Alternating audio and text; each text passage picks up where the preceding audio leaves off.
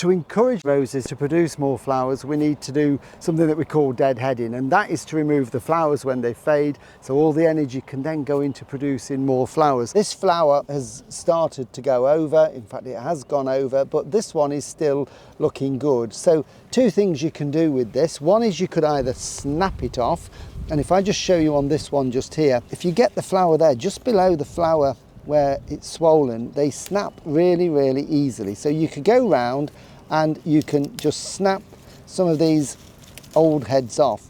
But if you don't want to leave a little stalk, then what you can do is get your secateurs and just trim it down. So we've taken a nice clean cut, leaving that remaining stem to flower.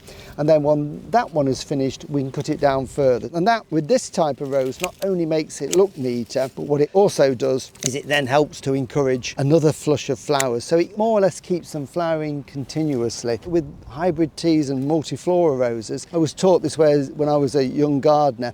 This rose here produces just one rose on a stem.